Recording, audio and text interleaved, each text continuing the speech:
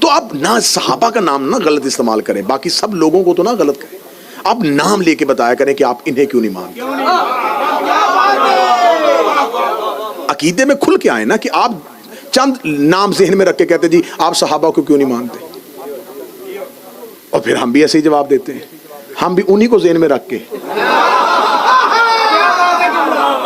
ہم بھی کہہ دیتے ہیں کہ ہم سب کو نہیں مانتے۔ تو یہ ختم فاصلے تب ہوں گے جب تھوڑا تھوڑا مصلحت کا پردہ درمیان سے ہٹ جائے گا۔ آپ بائی نیم ہم سے پوچھیں، ہم آپ کو بائی نیم بتائیں، آپ ہم سے، چلے میں اچھا کر کے کہہ دیتا ہوں، آپ ہم نے بائی نیم پوچھیں، ہم آپ کو بائی کریکٹر جواب دیں گے۔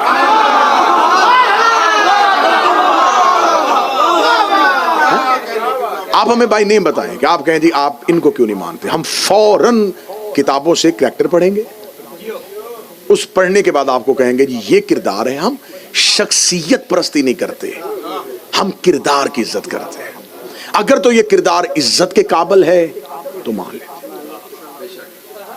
یقین کریں ہم فیملی بیک گراؤنڈ کی وجہ سے نہ کسی کو چھوڑتے ہیں نہ مانتے، اگر ہم فیملی بیک گراؤنڈ دیکھتے تو محمد بن ابی بکر کو کیوں مانتے؟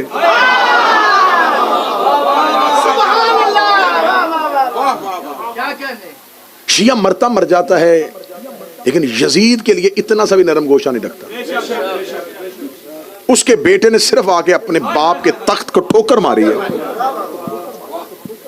کریکٹر آیا سامنے، ہم نے کردار قبول کر لیا،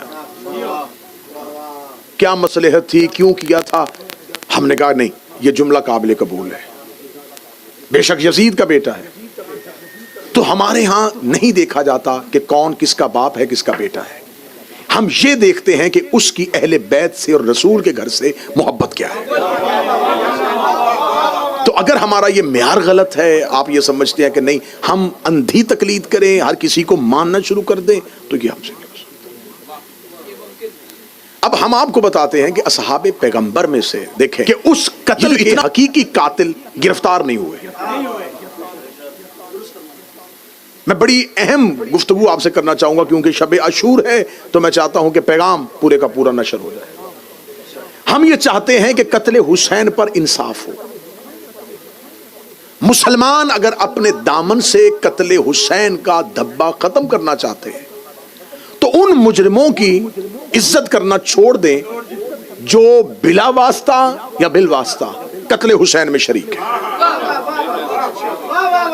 قتل حسین میں اکیلا یزید شریک نہیں ہے،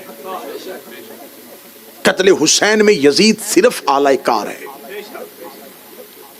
یزید کے پیچھے کچھ محرکات ہیں جن کی وجہ سے اس نے اتنا بڑا قدم اٹھا لیا کہ جس کا کلمہ پڑھتا تھا اسی کا خاندان قتل کیا، اور یہ واقعہ کوئی 200 سال بعد بھی نہیں ہوا، نبی کے جانے کے 50 سال بعد۔ اس دور میں اگر جا کے دیکھیں تو اس دور میں لوگوں کی جو ایوریج ایج ہے وہ 100 سال سے اوپر ہوتی تھی۔ امام حسین علیہ السلام کے اصحاب میں سے 90-91 سال کے اصحاب تو حسین کے ساتھ لڑ رہے تھے، امام حسین کے لشکر میں شامل تھے، تو اس کا مطلب ہے کہ 100+ لوگ آسانی سے جی لیتے تھے۔ اور یہ واقعہ کربلا کب ہوا؟ رسول کی شہادت سے 50 سال بعد۔ اس کا مطلب ہے کہ وہ لوگ زندہ تھے جنہوں نے اپنی آنکھوں سے نبی کو دیکھا تھا، وہ رسول زندہ تھے جنہوں نے اپنی آنکھوں سے نبی کی گود میں حسین دیکھا۔ ان لوگوں نے اس قتل میں کیا کردار ادا کیا؟ وہ واقعہ کربلا میں کہاں تھے؟ کیونکہ مسلم امہ 2 حصوں میں تقسیم ہو چکی تھی، ایک وہ تھے جو یزید کی حکومت اور یزید کی مملکت کو اسلامی حکومت سمجھ رہے تھے، اور یہ لوگ کون سے تھے؟ نبی کے دور کے لوگ تھے۔ میرا اہل سنت بھائی بہت آسانی سے بات تک پہنچ سکتے ہیں، اگر یہ قتل حسین میں شریک نہیں تھے تو انہیں انصار حسین میں ہونا چاہیے تھا۔ اب میں یہ بھی نہیں کہوں گا کہ سب غلط ہو گئے تھے، 3 حصوں میں تقسیم ہو چکی تھی امت، ایک وہ تھے جو کھل کے یزید کا ساتھ دے رہے تھے، ایک وہ تھے جو کھل کے حسین کا ساتھ دے رہے تھے، درمیان میں ایک ایسا گروہ تھا، ایک ایسی کثیر تعداد تھی جو وقتی طور پہ فیصلہ نہیں کر پائی کہ اب ہمیں کیا کرنا چاہیے، ان میں سے بہت سو نے بعد میں کسی نہ کسی طریقے سے نصرت امام کرنے کے لیے ہر ممکن کوشش کی. جنہوں نے بعد میں کوشش کی وہ نام بھی تاریخوں میں لکھے ہوئے. اب یہاں پر آ کے کہا جاتا ہے کہ صرف یزید جو تھا وہ قتل امام حسین علیہ السلام میں شریک تھا. نہیں، ہم شیعوں کے لیے کوئی معمولی قتل نہیں ہے، ہمارے امام کا قتل ہے. ہم اس کی مکمل انویسٹیگیشن چاہتے ہیں. ہم یہ چاہتے ہیں ہمیں بتایا جائے کہ یزید کیا اپنی مرضی سے تخت خلافت میں بیٹھ گیا تھا؟ آخر اسے بیعت ہوئی تو وہ خلیفہ بنا، تو وہ بیعت کیوں ہوئی، کنہوں نے کی، کس نے کروائی، وہ سارے محرکات کیا تھے؟ نہیں جی، وہ یزید کو اس کا باپ جو ہے اس نے نامزد کر دیا تھا. تو اس کا مطلب ہے کہ قتل حسین میں انویسٹیگیشن اگر آگے بڑھے گی تو صرف یزید شریک نہیں، وہ بھی شریک ہے جس نے یزید کی حکومت کا رستہ ہموار کیا. اب اگر یزید قتل حسین میں اکیلا شریک نہیں ہے، اس کی حکومت سازی کرنے کے لیے، اس کو حاکم بنانے کے لیے جو بھی شریک تھا، وہ چاہے اس کا باپ تھا، وہ اس قتل کے اندر آ گیا. اب یہاں پر آ کے پھر تحقیق نہیں رکے گی، تحقیق پھر اس کے آگے جائے گی. آخر یزید کے باپ معاویہ بن ابو سفیان کو شام کی حکومت کس نے دی تھی؟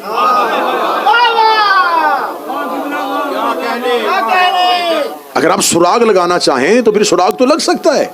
اگر آپ نے ویسے ہی تعصب کی پٹی آنکھوں میں باندھ لی ہے اور قاتلان حسین کو ہی اپنے ہیرو سمجھنا ہے تو آپ کی مرضی ہے، ورنہ ہم شیعہ کٹ رہے ہیں، مر رہے ہیں، لیکن آپ کو حق پہنچا رہے ہیں کہ خدا را اپنے دماغ، اپنے ذہن، اپنی عقلوں کو روشن کرو. یزید کی حکومت بنانے میں اس کے باپ کا ہاتھ تھا.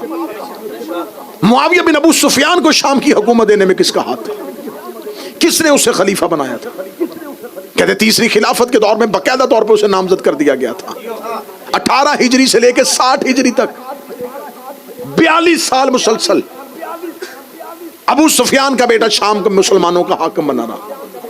کیا 42 سال میں مسلمانوں کے پاس کوئی حافظ قرآن، کوئی مفسر قرآن، کوئی محدث، کوئی ایسا صحابی، کوئی برگزیدہ، کوئی نبی کے خاندان سے محبت کرنے والا نہیں تھا کہ 42 سال جگر چبانے والی کا بیٹا،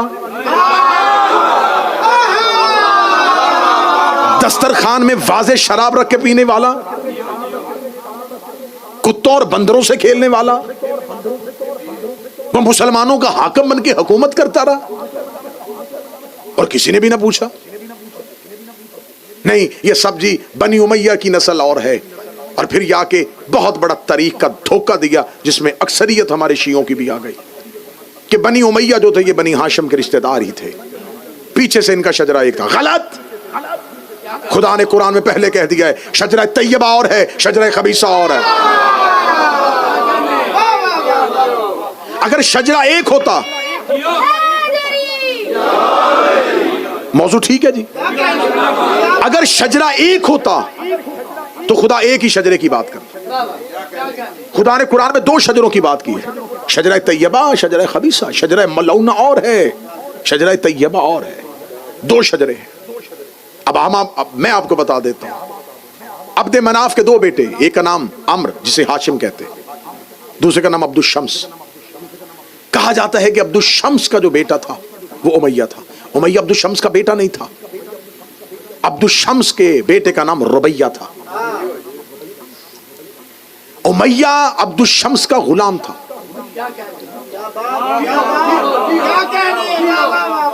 جب یہ رسول کے دادا ہیں جناب ہاشم اور جناب عبد الشمس، یہ دونوں دادا ہیں، یہ شام میں رہتے تھے کیونکہ شام میں اس دور میں بزنس، تجارت سب کچھ شام میں تھا، شام میں مقیم تھے. جب عبد الشمس کے ہاں ایک غلام رہتا تھا جس کا نام امیہ تھا، عبد الشمس کا انتقال ہو گیا، امیہ نے اس کے سارے کاروبار کو سنبھال لیا. پتہ چلا کہ عبد الشمس کا حقیقی وطن تو مکہ ہے اور مکہ میں اس قبیلے کو بڑی عزت کی نگاہ سے دیکھا جاتا ہے. یہ مکہ پہنچتا ہے. جب مکہ آتا ہے تو جناب عبد المطلب اس سے سوال کرتے یہ کون ہے؟ تو یہ کہتا ہے میں عبد الشمس کا بیٹا ہوں، میں آپ کا خاندان ہوں. فرماتے اسے کعبہ کے قریب لے کے جاؤ، کیونکہ ہماری نسل کا کوئی بھی ایسا فرد نہیں ہے جو کعبے کی عزت سے واقف نہ ہو. یہ وہاں پر جا کے جھوٹی قسم دیتا ہے لیکن عبد المطلب جو ہیں وہ اس کی قسم کا انکار کرتے ہیں کہ اس کی نہ حجر اسود تعظیم کر سکتا ہے، نہ اسے کعبے کی عزت و عظمت کا اندازہ ہے، اور بنی ہاشم مشترکہ طور پر اس کو مکہ سے نکال دیتے ہیں۔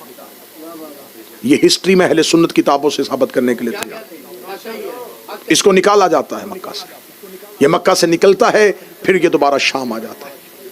شام میں آ کے یہ ایک شادی شدہ عورت کے ساتھ اپنا تعلق بناتا ہے، وہاں سے اس کے ہاں ایک بیٹا پیدا ہوتا ہے جس کا نام ہے زکوان۔ یہ زکوان کو لے کے دوبارہ اپنے وطن اپنے گھر جاتا ہے اور اپنی حقیقی بیوی کا عقد اپنے اس بیٹے کے ساتھ کرتا ہے۔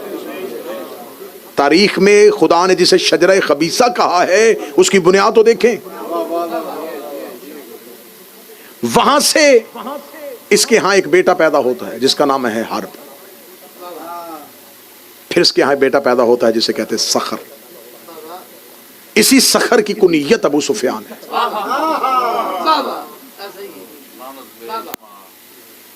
ابو سفیان کے ہاں پھر 3 بیٹے آتے ہیں، ایک حنزلہ جسے بدر میں علی نے مارا،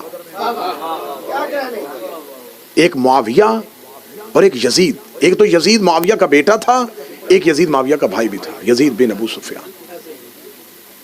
ادھر سے حرب کے ہاں ایک اور بیٹا ہے ابو سفیان کے علاوہ جس کا نام ہے آس۔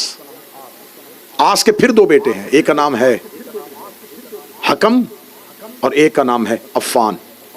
حکم کا بیٹا مروان اور آس کا بیٹا عثمان، عفان کا بیٹا عثمان۔ پھر اس میں سے ایک بیٹا ہے جس کا نام ہے عقبہ، عقبہ کا ایک بیٹا ہے ولید۔ یہ وہی ولید ہے جب امام حسین سے بیعت مانگی گئی تو یہ مدینے کا والی تھا، مدینے کا حاکم تھا۔ اس کو خلافت کے دور میں کوفے کا حاکم بنا دیا گیا تھا، یہ کوفے کا مسلمانوں کا والی بنا ہوا تھا دور یزید میں۔ اور اہل سنت کتابیں کہتی ہیں اس نے شراب کے نشے میں آ کے فجر کی نماز مسلمانوں کو پڑھائی اور 2 رکعت کی بجائے 4 رکعت نماز پڑھائی۔ مال کے اشتر وہاں موجود تھے، یہ شراب کے نشے میں بے ہوش ہو کے مصلی پہ گرا، لوگوں نے اس کی انگوٹھی اتاری، کیونکہ انگوٹھی خلیفہ کی جو حاکم ہوتا ہے وہ مہر ہوتی ہے، اس کی انگوٹھی اتار کے مدینے بھیج دی کہ یا علی یہ دیکھیے کیا ہو رہا ہے، ایک شرابی کو یہاں پہ حاکم بنایا ہوا اور وہ مسلمانوں کو نماز پڑھا رہا ہے۔ کیا کیا گیا؟ اس کو معزول کیا گیا؟ نہیں، اس کو معزول کرنے کے بجائے اس کو مدینے جیسی اہم پوسٹ کو بلا لیا گیا۔ یہ تمام کام جو ہو رہا تھا، یہ بنی امیہ کا جو شجرہ پھیل رہا تھا، کوئی کوفے کا والی بن رہا تھا، کوئی شام کا والی بن رہا تھا، کسی کو یمن کا والی بنایا جا رہا تھا۔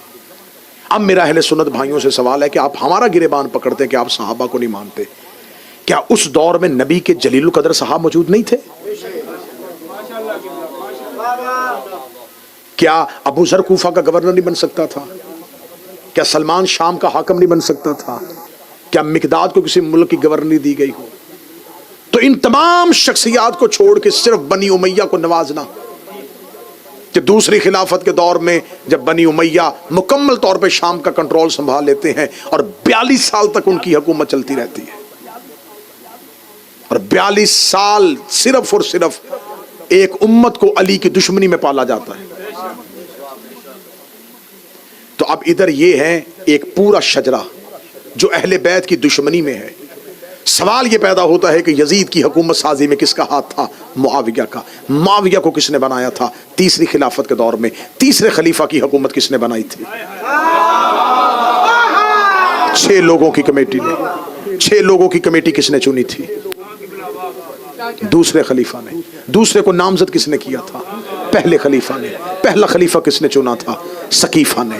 جو قتل ہوا یہ کون تھا؟ حسین۔ یہ کس کا بیٹا تھا؟ علی کا۔ علی کو کس نے حاکم بنایا تھا؟ رسول نے۔ کہاں بنایا تھا؟ غدیر میں۔ جھگڑا حسین اور یزید کا نہیں، جھگڑا سقیفہ اور غدیر کا ہے۔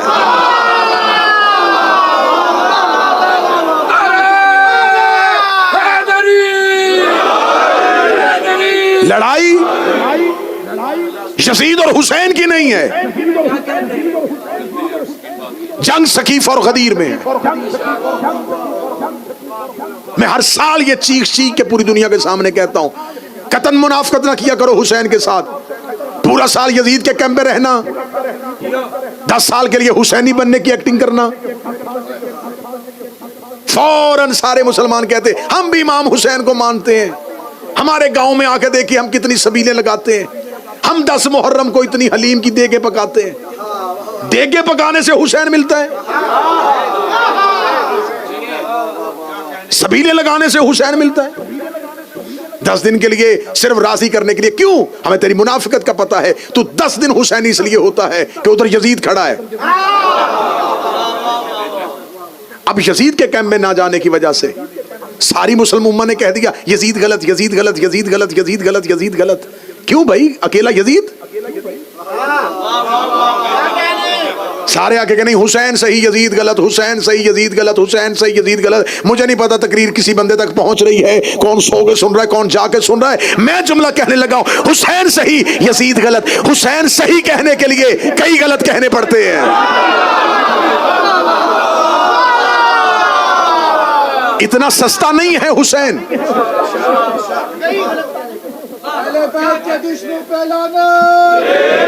آپ کیسے کہہ سکتے ہیں کہ صرف یزید تھا؟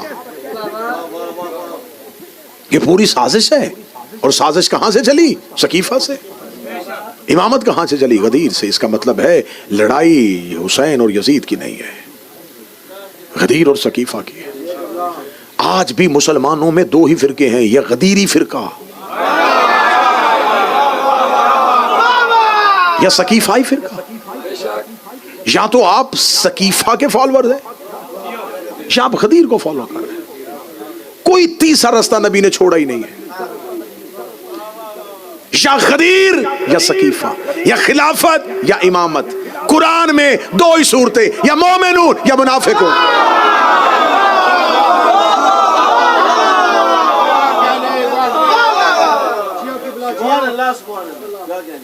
غدیر میں کون کون ہے؟ آؤ میں تمہیں غدیر تلاشی دے لیتے ہیں نا،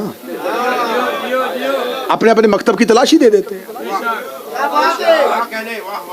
بھائی نبی کے خاندان کے قاتل ڈھونڈنے ہیں نا، تو آؤ اپنا اپنا مکتب کھولو، تلاشی دو، آؤ ہمارا مکتب دیکھ لو۔ ہمارے پاس علی ہے، حسن ہے، حسین ہے، زین العابدین ہے، محمد باقر ہے، جعفر صادق ہے، موسیٰ کاظم ہے، علی رضا ہے، تقی ہیں، نقی ہیں، عسکری ہے، مہدی ہے۔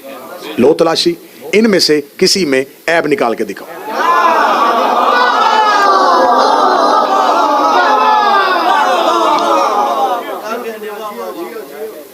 آؤ ہم جن کو مانتے ہیں ان میں فاطمہ بنت اسد ہے، خدیجہ بنت خویلد ہے، فاطمہ بنت محمد ہے، زینب بنت علی ہے۔ آؤ عیب نکال کے دکھاؤ۔ دی ہے نا تلاشی؟ دی ہے نا؟ دی ہے تو پھر تلاشی لینی بھی تو ہے۔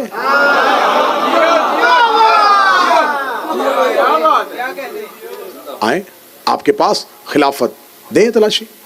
پہلا خلیفہ حضرت ابوبکر، دوسرے حضرت عمر، تیسرے حضرت عثمان، چوتھے حضرت معاویہ، پانچویں تھوڑی دیر کے لیے حسن، چھٹے یزید۔ آپ کی خلافت میں تو یزید کھڑا ہے۔ خلافت مکمل ہی نہیں ہے جب تک چھٹے نمبر پر یزید کو نہ وہ مانے، کیونکہ بھائی آپ اس کے کردار کو نہیں مان رہے، خلیفہ تو رہا ہے نا۔ خلافت تو اس نے کی ہے، مسلمانوں کا خلیفہ تو رہا ہے۔ ہمارے پاس تو وہ آ ہی نہیں سکتا، کیونکہ ہمارے پاس تو امامت والے ہیں۔ آپ نے خلافت والی تعداد پوری کرنی ہے تو آپ کو یزید رکھنا پڑے گا، کیونکہ وہ خلیفہ مسلمانوں کا رہا ہے۔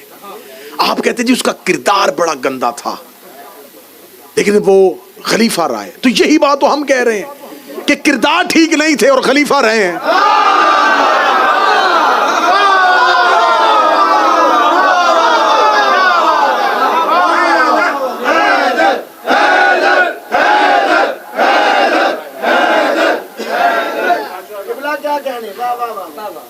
ہر بندے کی خواہش ہوتی ہے کہ مجھے ڈاکٹر میڈیسن وہ دے جو میں آرام سے کھاؤں۔ انجیکشن کون خوشی سے لگواتا ہے بھائی؟ تکلیف والا مرحلہ کون خوشی سے لیتا ہے؟ یزید میٹھی گولی تھی، کھا لی، فوری طور پہ کہہ دیا ہاں ہاں ہاں لے جائیں لے جائیں، ہم نہیں مانتے۔ حضور ہم صرف یزید ہی نہیں پکڑیں گے، ہماری تو مجبوری ہے، ہم تو پھر جائیں گے کہ آخری سازش میں کون کون کہاں کہاں سے شریک تھا۔ یہ سب کچھ اچانک نہیں ہوا، اچانک ہو گیا، اچانک مفتیوں نے فتوے دے دیے حسین کے قتل پہ۔ وہ جو مفتی فتوے دے رہے تھے وہ وہی مفتی تھے جو جمعہ کے خطبوں میں ممبروں پہ علی کو گالیاں دے رہے تھے۔ تو یہ پوری 50 سال میں جو زمین نبی کے خاندان کے خلاف تیار ہوئی ہے، یہ میرا اہل سنت بھائی اچانک نہیں ہوئی۔ اگر محرم تمہیں لے ہی آیا ہے حسین کے گھر میں، حسین تمہیں کھینچ ہی لایا ہے اپنے گھر میں، تو آج شب عاشور ہے، آج ہی حور بن جاؤ۔